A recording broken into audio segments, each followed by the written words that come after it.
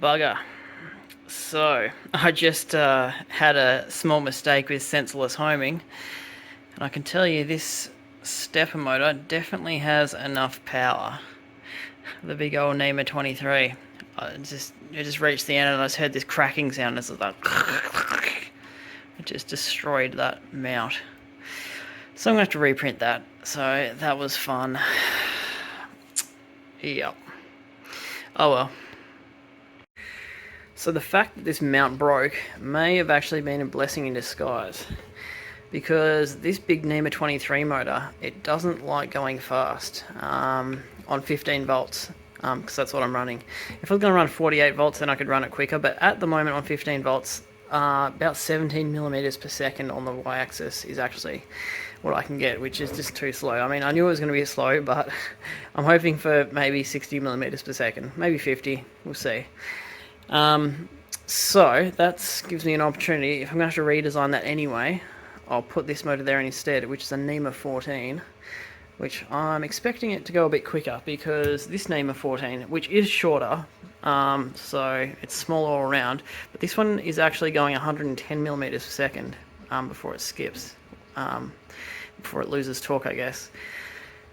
I think on paper it shouldn't be able to go that fast, so it's probably being pushed to its limits, but yeah, either way, like, let's just say 60 millimeters per second. If I can get that, I'll be real happy.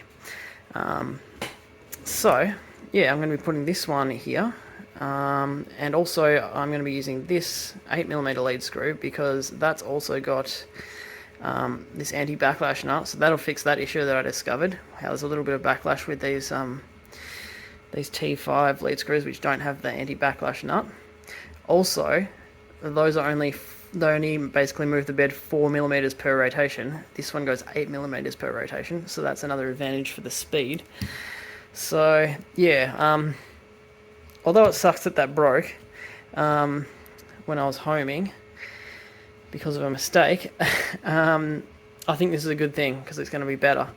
Also, I'm going to be moving the bed this way 15mm, because I guess a design stuff up was, you can see that the nozzle doesn't quite reach the end of the bed, and this is, yeah, that's at the end there. So yeah, I'll be able to fix that as well, so it's not so bad. So I'm just printing some parts to do that now. So I just finished printing up the mounts and everything for this NEMA 14. Unfortunately, this motor has a little bit of play in the bearings in this direction, so it's actually a fair bit, like maybe even 3mm, and it's just, yeah, that's just not going to work out. So I'm going to have to put something here,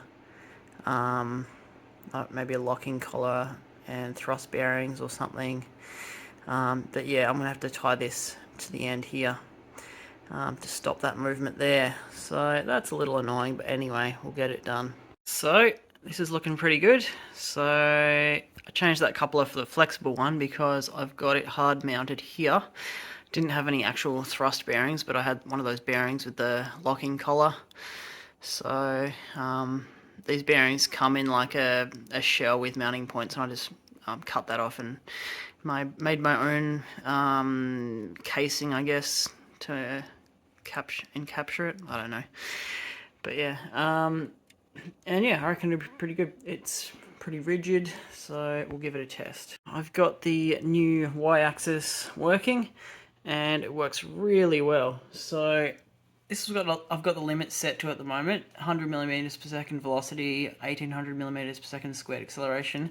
I did try 3000mm per second squared acceleration, and that didn't work. It wasn't happy with that.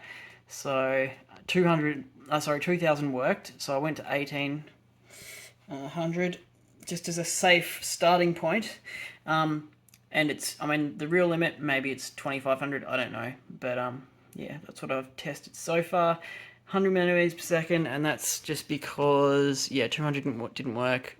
100 is a safe starting point. And yeah, so I'll just jog it around just to give you a quick idea.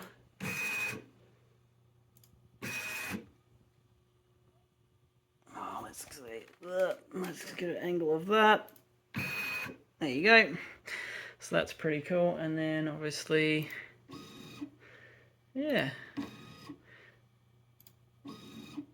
So that's good.